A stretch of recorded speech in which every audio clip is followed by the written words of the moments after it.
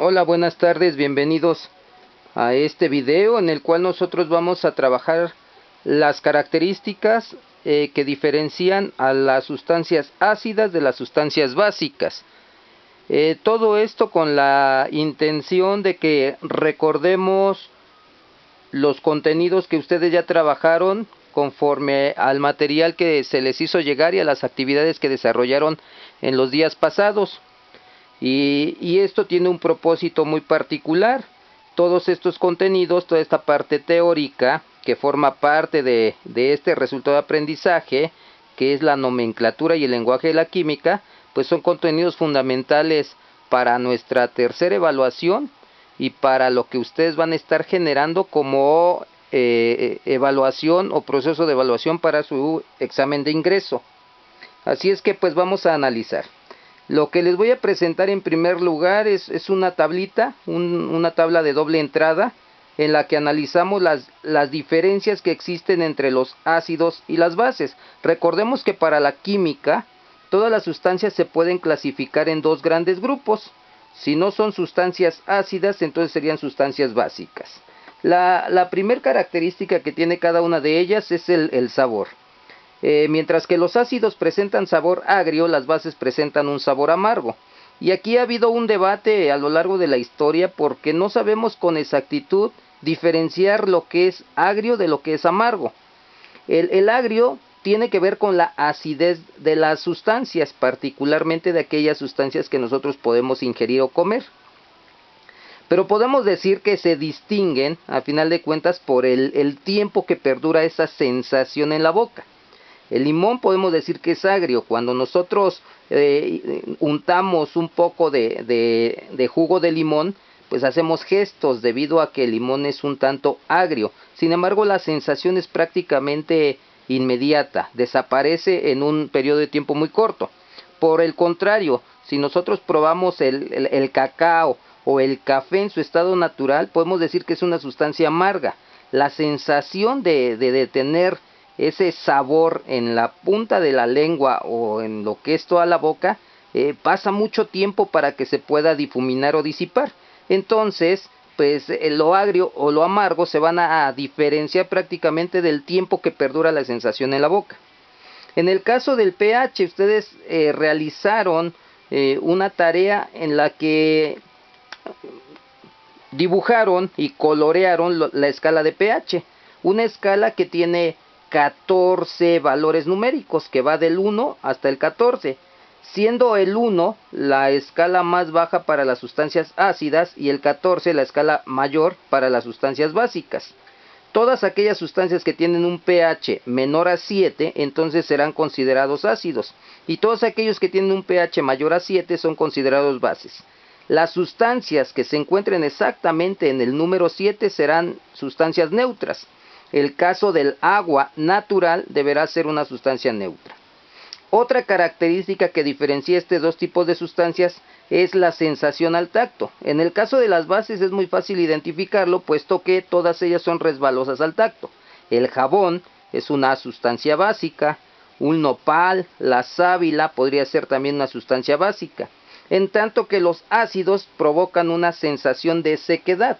Si alguno de ustedes ha tenido la oportunidad de tocar la gasolina o el thinner, tal vez hasta el alcohol, podemos tener una pequeña sensación de que estamos tocando un líquido, sin embargo no sentimos húmedo o mojado los dedos, es decir, presentan una sensación de sequedad.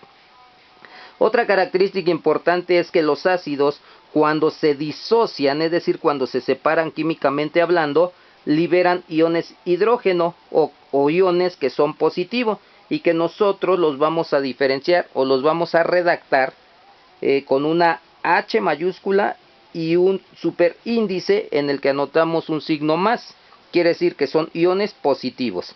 En el caso de las bases liberan iones llamados hidróxidos, que se identifican como la molécula OH. Esta es la molécula hidróxido, son iones negativos, OH con un superíndice, con un signo menos.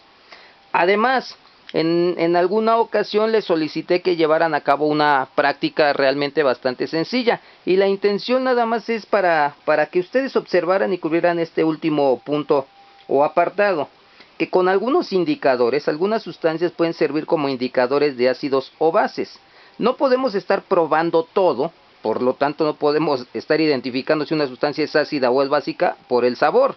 Pues yo no voy a estar probando todas las sustancias porque muchas de ellas son muy peligrosas para la salud. Tampoco las puedo estar tocando, ni tampoco puedo estar haciendo una disociación electrolítica, puesto que tal vez no tengo el instrumental necesario en casa. Pero lo que sí podemos hacer todos es crear un indicador. Y ese indicador, que uno de ellos muy eficiente es el juguito que se extrae de la col morada, al contacto con los ácidos cambia de color. El juguito de la col morada pues tiene ese color característico, es un tanto morado como violeta. Cuando entra en contacto con una sustancia ácida se pone en verde amarillenta, es decir, se pone en un tono muy claro. Pero cuando entra en contacto con una sustancia básica tiende a adquirir un color rojo, un color violeta, colores oscuros, color café. Mientras que los ácidos son colores claros, en las bases son colores bastante oscuros. Pero ese cambio es bastante perceptible. Ahora, lo importante o lo que más nos interesa aquí es ver una característica más, y tal vez es la más importante. La característica más importante es saber cómo se nombran los ácidos y las bases. Recuerden que el objetivo de este contenido es que nosotros adquiramos un lenguaje químico. Primero que nada es importante observar las fórmulas. En los ácidos siempre vamos a identificar que el primer elemento es el hidrógeno. Siempre en los ácidos aparece como primer elemento el hidrógeno. Y hay otra característica. En este caso el hidrógeno está unido con un átomo de cloro. Aquí el hidrógeno con un átomo de flúor y el hidrógeno con un átomo de bromo. Es un no metal y otro no metal. No metal y no metal, no metal y no metal. Es decir, que en los ácidos siempre hay enlaces del tipo covalente, siempre hay la unión de elementos no metálicos. Son niñas, como lo analizábamos en clase. Este elemento se llama ácido clorhídrico. Y podemos observar entonces que en los ácidos siempre va a aparecer la palabra ácido, el nombre del otro no metal que se está uniendo con el hidrógeno, pero añadiendo la terminación hídrico. En este caso es ácido clorhídrico.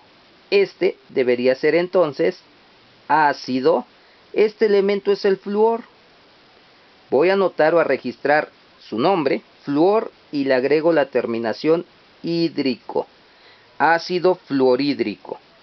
Partiendo de esa regla, este tercer elemento entonces será ácido porque inicia con un átomo de hidrógeno. El nombre del otro no metal que participa en este caso es el bromo. Y agrego la terminación hídrico. Por lo tanto, este compuesto es ácido bromhídrico. Reglas a seguir. En los ácidos siempre va a aparecer como primer elemento el hidrógeno, y siempre llevará la terminación hídrico. Esa es la regla para los ácidos. ¿Qué sucede con las bases? En las bases es muchísimo más sencillo identificarlos, porque dijimos que ellos liberan la molécula de hidróxido, que también se le llama oxidrilo. Hay una canción que se llama Oxidrilo Cocodrilo, ojalá la puedan ustedes conseguir, la puedan escuchar, y nos habla precisamente de la descomposición de las bases. Entonces vamos a hablar del oxidrilo cocodrilo. En este caso va a aparecer este oxidrilo junto a un átomo metálico. OH, que es el oxidrilo, son no metales y se une con un metal, que en este caso es el sodio. El oxidrilo con un metal, que es el potasio. El oxidrilo con un metal, que es el magnesio. Entonces las bases generan enlaces iónicos, porque está la unión de elementos no metálicos con un elemento metálico. ¿Cómo se nombran? Siempre aparecerá la palabra hidróxido, hidróxido de. Hidróxido de, el nombre del elemento metálico, en este caso es el sodio. Hidróxido de, Y en este otro caso, el elemento metálico que aparece es potasio.